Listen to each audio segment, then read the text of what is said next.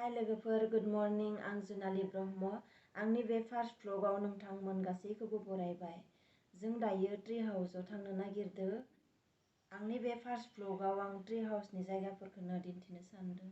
आंनि बर' रायलायनाया मोजां जाया, बेखायनो आं आसा खालामो नोंथांमोना आंनि बर' रायलायनायाव गोरोन्थि जायोबा कमेन्टनि गेजेरजोंनो कारेक्सन खालामना होगोन होननानै।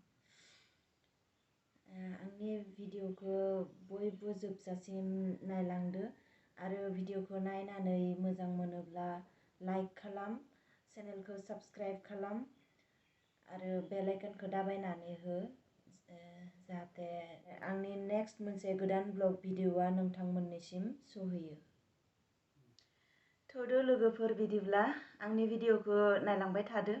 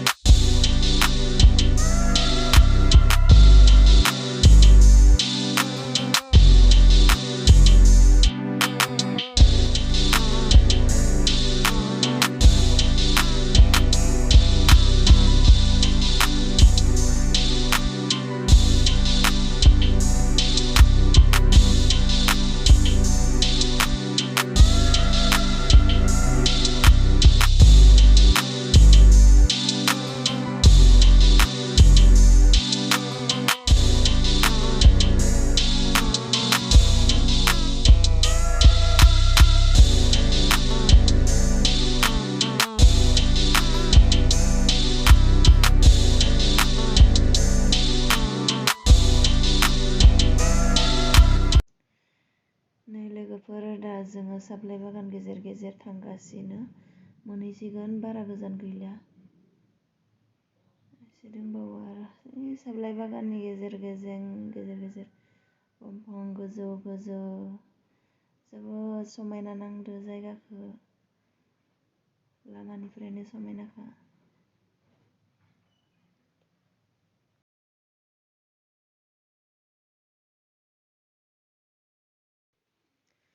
नै लोगोफोर, दा जोङो सफैबाय ट्री हाउसआव। दायो जायगाफोरखौ नायलांबाय थादो।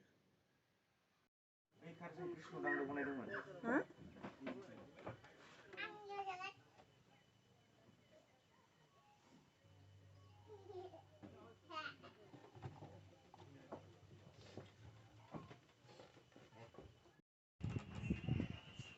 नै दंफां सायावनो रुम दङ, ओमफ्राय बे रुमावनो नै बेडरुमबो दङ। बरिया औवानिसो बिसनायाबो बरिया। रुम फिसा आरो माने नै खिरखि दंलायलायो। बिसनाखौ बरिया नांदो, औवानिसो।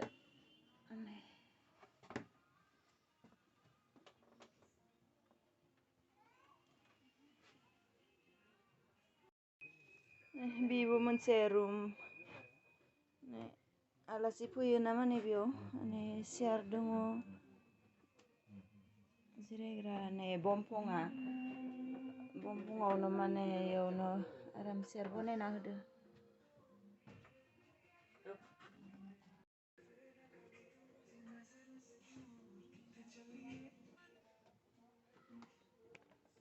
थांसै दानिया, गोजौ माने फिसा फिसा।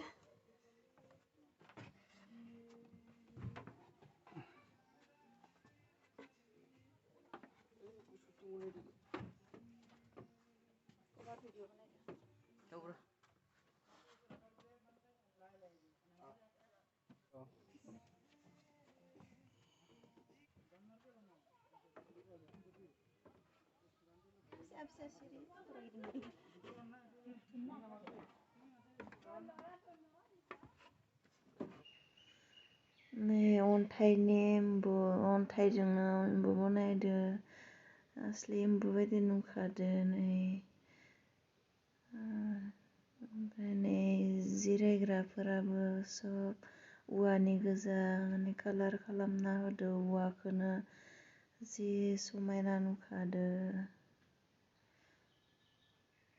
नै बेफोरबो बेलेग बेलेग कालार खालामना होदो। सिनारिखौ बहुद मोजां नांदो। जेरावबो जिरायग्रा दोङो जिरायग्राफोरा सब औवानि गोजा।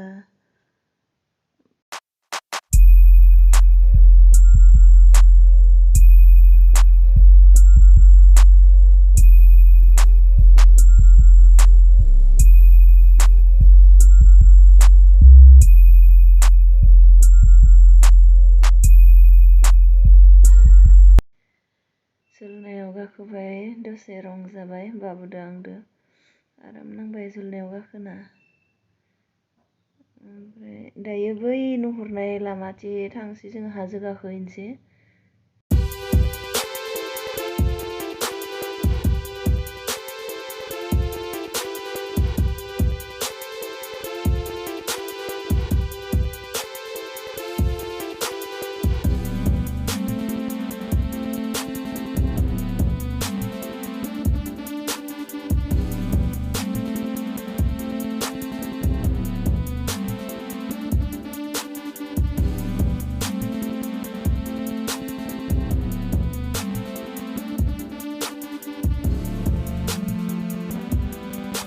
बहुद गोजौ गाखोना फैदोंमोन जोङो दा गाहायथिं थांगासिनो।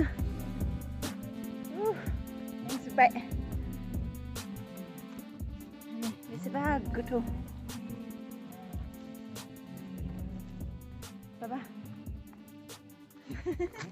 बाबुआ आंना जोंहानि बाबुआ नैबे मोनसे न' फिसा नैबे जों बेयाव गाखोआसै। दा जोङो ट्रि हाउसनिफ्राय रायन' मोनफैबाय। नै बहुत मोजां मोजां सिनारि दोङो बिबारदोनो गिटार बनायदो अन्थाइफोरखौ कालार होनानै साजायदो। ओमफ्राय नैबे बंफंनिनो घुरियाल बनायदो हाथाय बनायना होदो कालार खालामना होदो। কি বুলি কয়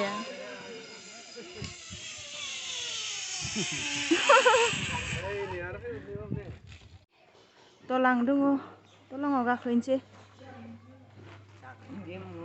हा जाग्रोनो गेटआ बरिया बिलाइनि गेट।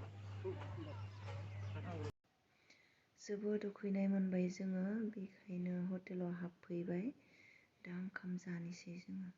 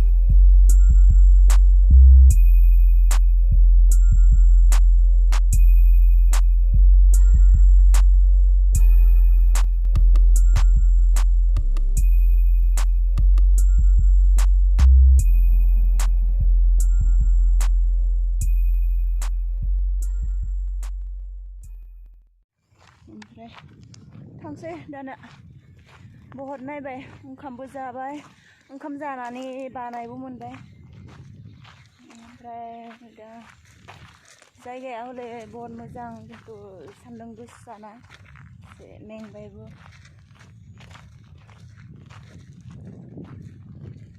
जायगाया जि गुवार जायगाया जि गुवारखाय